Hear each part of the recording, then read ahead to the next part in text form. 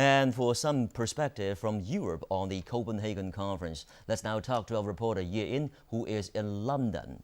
Hello there, Ye-in. Hello, Wang Dong. So since you're in London, you're getting a lot of European perspective and opinions.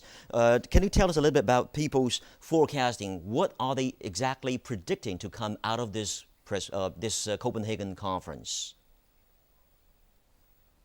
Yes, you see, actually making the headlines of the European media for the past 11 days are the huge clashes both inside and outside the Bella Conference Center in Copenhagen for the Climate Change Summit. So for the moment, negotiators of 193 countries, they actually didn't come up with any concrete steps or any new goals for the climate change and for the reducing the greenhouse gas emission or financing the poorer nations to do what they can to tackle with the problem.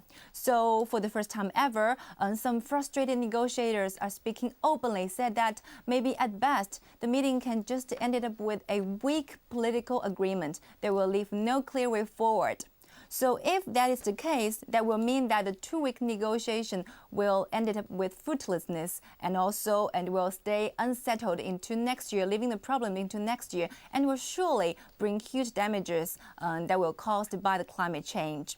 So while outside of the conference center, you see just yesterday like 4,000 demonstrators, they just crowded the Bella Conference Center again in an attempt to demand for climate justice. So this again, they were stopped by the police. And remember, they were just, you see, a minor part of the thousands of people stopped by the police and again for the climate change issue.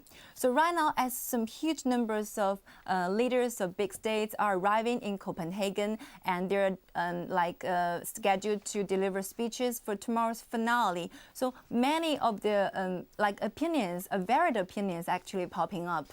So just this morning, British Prime Minister Gordon Brown said that, you see, actually he is kind of quite positive, and he is quite, you see, taking an active role to believe that there will be a last-minute deal to be reached tomorrow.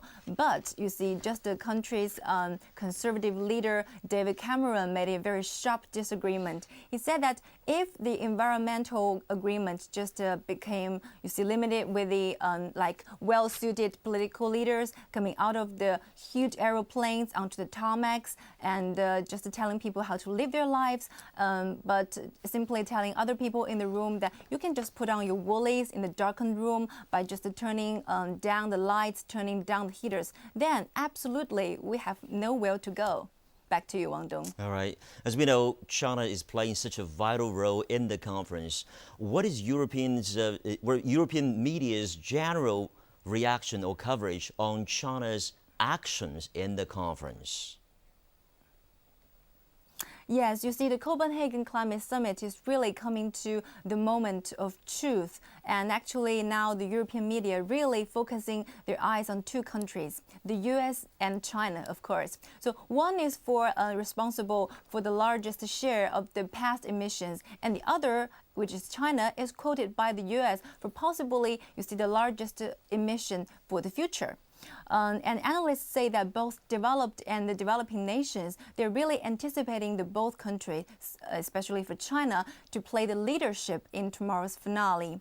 They think that as China is as a chief major part or the chief element of the emerging power together with India, they hope that China could bring more, keep its promise in the greenhouse gas emission control. So in the meantime, some European media also, they're praising China for having embarked on an ambitious and transformational domestic climate change action, especially in efforts of afforestation, renewables, and also some energy efficiency.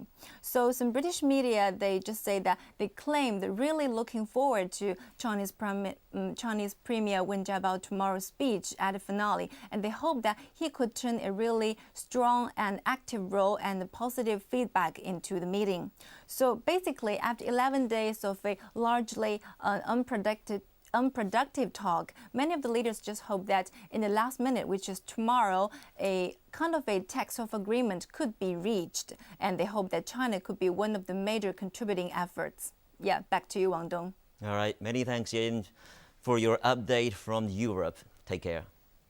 I've been just talking to our reporter Ye Yin in London.